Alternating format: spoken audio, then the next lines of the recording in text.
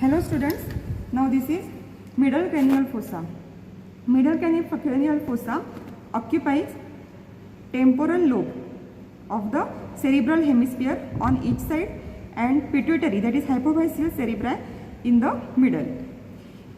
This fossa, it is somewhat butterfly shape with median constricted part and expanded lateral part. Posterior border of lesser wing of sphenoid, anterior clinoid process and upper border of sulcus chiasmaticus. So these structures separated from anterior cranial fossa, while posteriorly middle cranial fossa is separated from posterior cranial fossa by upper border of petrous temporal bone and dorsum coeli. Here median part, it is formed by sulcus chiasmaticus, then sella turcica and carotid groove on each side. Sulcus chiasmaticus is transverse groove. So sulcus chiasmaticus leads to the optic canal. Here from the orbit you can see this is the optic canal. Optic canal transmit optic nerve, that is the second cranial nerve, along with the ophthalmic artery.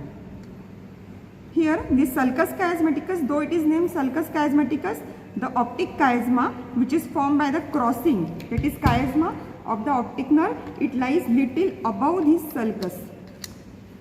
So slightly above this level there is optic chiasma.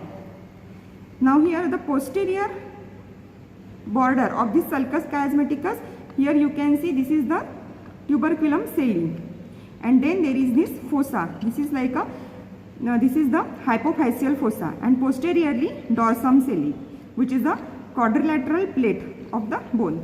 So here tuberculum coeli, hypophyseal fossa and dorsum coeli, these together form a Turkish saddle shaped structure. This is known as sella turcica.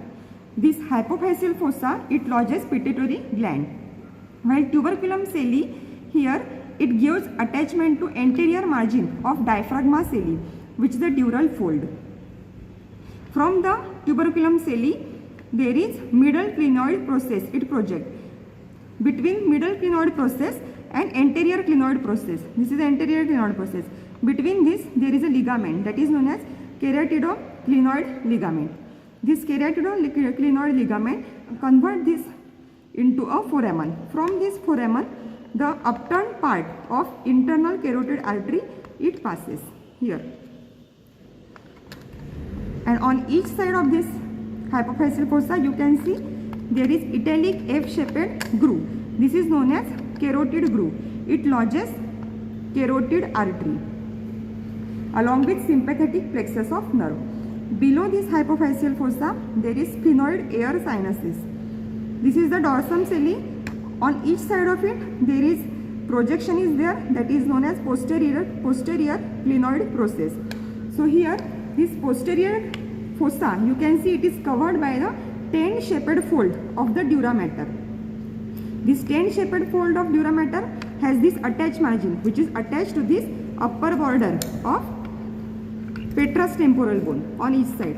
So this margin is attached margin of this tentorium cerebelli, while this U-shaped notch, this is the free margin of the tentorium cerebelli. So this free margin is attached to this anterior clinoid process, while this attached margin, its anterior end is attached to the posterior clinoid process.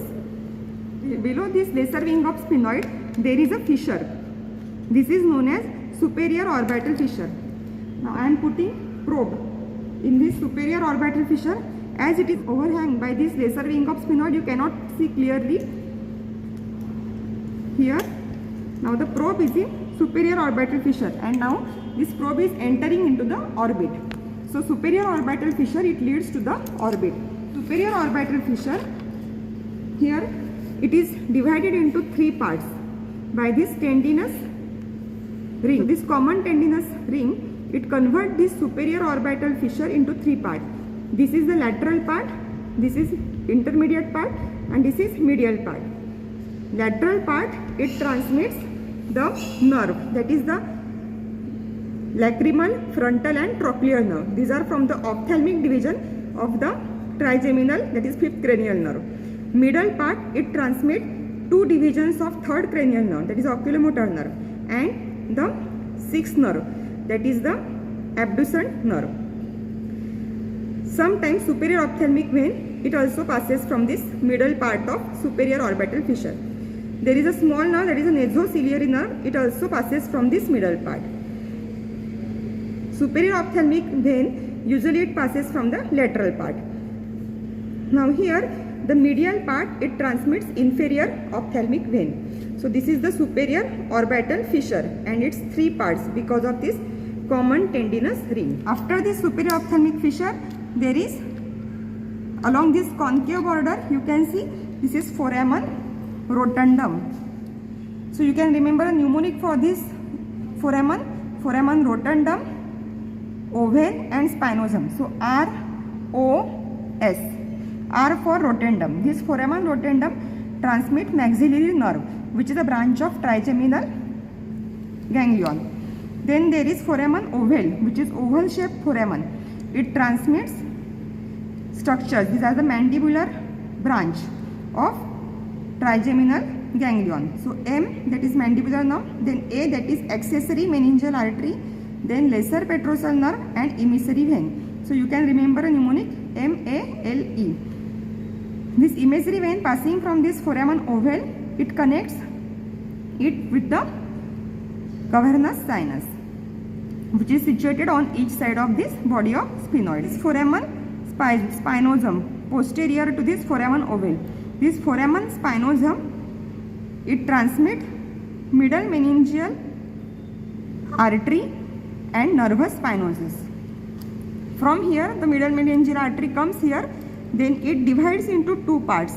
Anterior division, it runs toward pterion, while posterior division, it runs parallel to this supramastoid crest. This can be seen on this famous part of temporal bone. Between the two parts of this free and attached margin of tentorium cerebelli, there is the trigone is there. This is known as oculomotor trigone. This oculomotor trigone transmits two nerves, third cranial nerve and the fourth cranial nerve. That is oculomotor and the trochlear nerve. A small ligament from the posterior clinoid process toward this apex of the petrous temporal bone. So this is petrosphenoid ligament is there. Below this ligament, sixth cranial nerve enters into this cavernous sinus. Now this is the lateral part of this middle cranial fossa. It is formed by this greater wing of sphenoid, you can see here. Then here, this is the squamous part of temporal bone and this is petrous part of temporal bone. So these are the structures forming this lateral part of this middle cranial fossa. Here, this petrous part of temporal bone, here you can see the impression is there, shallow groove. Here, this is the trigeminal impression. This lodges the trigeminal ganglion in its dural cave. This dural cave, it is known as Meckel's cave or cavum trigeminali.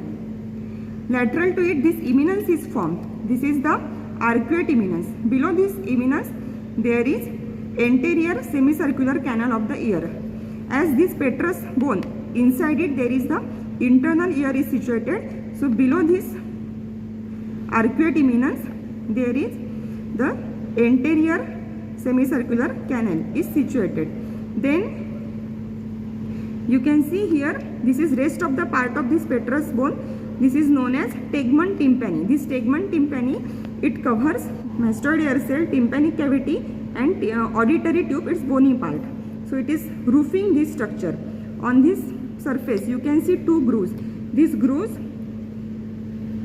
and the foramen. So the medial groove and the lateral groove. The medial one, it lodges greater petrosal nerve, which is branch of seventh cranial nerve, facial nerve. While the lateral foramen and groove, it lodges lesser petrosal nerve, which is a branch of glossopharyngeal nerve. Foramen lacerum is situated here. This foramen lacerum has irregular margin, so the name foramen lacerum. It is between this greater wing of sphenoid. Posteriorly, there is this apex of petrous temporal bone. Now this foramen lacerum, the lower part of it, it is covered by the cartilage in life. while this anterior wall of the foramen lacerum, it shows canal, that is a pterygoid canal. So from here, anterior wall of the foramen lacerum, from it the pterygoid vessels and nerve, it enters into it, while posteriorly in this foramen lacerum, posterior wall shows the anterior opening of the carotid foramen, which transmit, from which enter the carotid artery. This as this foramen lacerum is covered by cartilage in life, no important structures passes from it. However, sometimes it is traversed by emissary vein, which is connecting it with the cavernous sinus, meningeal branch of ascending pharyngeal artery. Thank you.